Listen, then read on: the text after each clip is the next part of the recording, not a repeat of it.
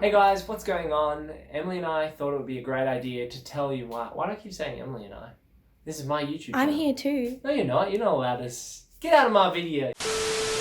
Just kidding. Emily edits all the videos and gives me inspiration to actually shoot these videos. She's the one, my biggest fan. So Emily and I just thought it would be a great idea to chat to you guys about saving for your first deposit and how you can go about doing that, what the steps you need to take are to reach your first deposit, and how much you might actually need to get into your first property.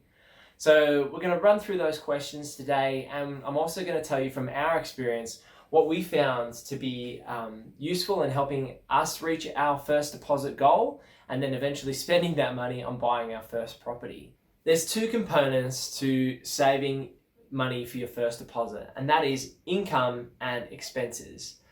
The equation is as simple as this. Your income needs to be higher than your expenses, or you will not save a deposit. You will go backwards and you'll run into debt. The bigger gap you can create between your income and your expenses will allow you to save money faster and get into your first property earlier. So let's say you're currently working as a casual employee and you're saving $20,000 per year. That's a great place to start. Now, the next area is expenses. So the aim is to try and spend less than you earn. Don't go for credit cards just yet. Hold out until you've saved that first deposit and stick with a debit card for your expenses. Now, if you've got $20,000 in earnings a year, you're going to look to try and save between 50 to 25% of that income. So that would mean that you want to save about $10,000 or $5,000 to $10,000 on an income of $20,000 in the year. Now, I know everyone's situation is different, and we might have lower incomes and we might have higher expenses depending on our health, our background, our financial situations, where we are at the moment, and I can't speak for that, but I can give you advice on what Emily and I did working from casual jobs to getting our first full-time job to actually saving up our first deposit and buying our very first home. So I'm going to give you a run through those three parts of our journey of how we saved our first deposit, and hopefully you can use that information and this story to take away and use it in building up your own first deposit to get you into your first home. Now, starting from casual jobs, Emily and I have worked a massive amount of casual jobs.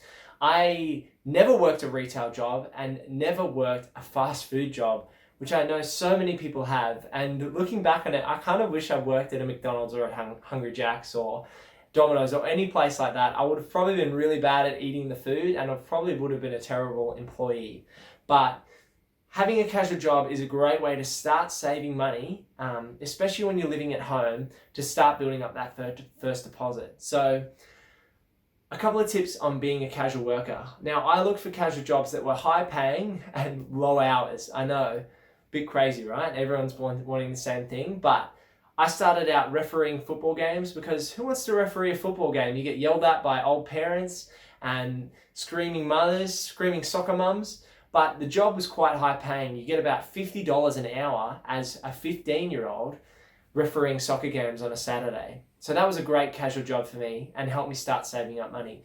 The next big casual job that I went into that lasted me 4 years was to become a learn to swim teacher. Now that was teaching kids from the age of 3 years old up to 10, 11, 12 on how to swim, and it was a sport that I had a background in personally.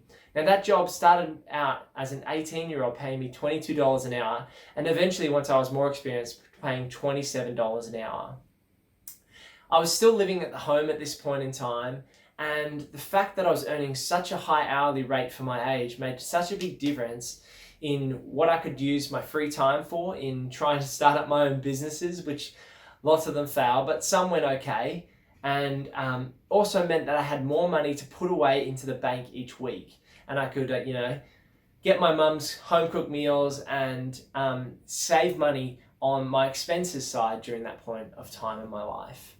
Now, by the age of about 2021, I'd saved up about $15,000, and my now wife, Emily, had saved up about the same. So we had about $30,000, but we ended up spending about 20 grand. And by the time we got married, we'd had about $10,000 in the bank together to start saving towards our first home deposit. So we both gone through those casual jobs and completed our university degrees, and I completed my degree in commerce and specifically in accounting. Now, I got my first full-time job paying $45,000 a year.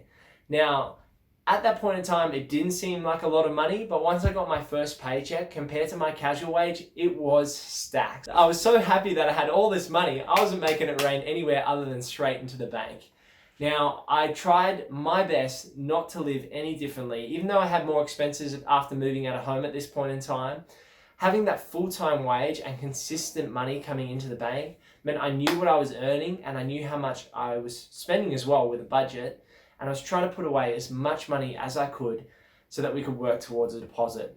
Now, a big tip here is working hard in your full-time job while you're there, even if you don't like it, to try and get those consistent pay rises that will help you save more money if you can keep your standard of living the same when the pay rises increase.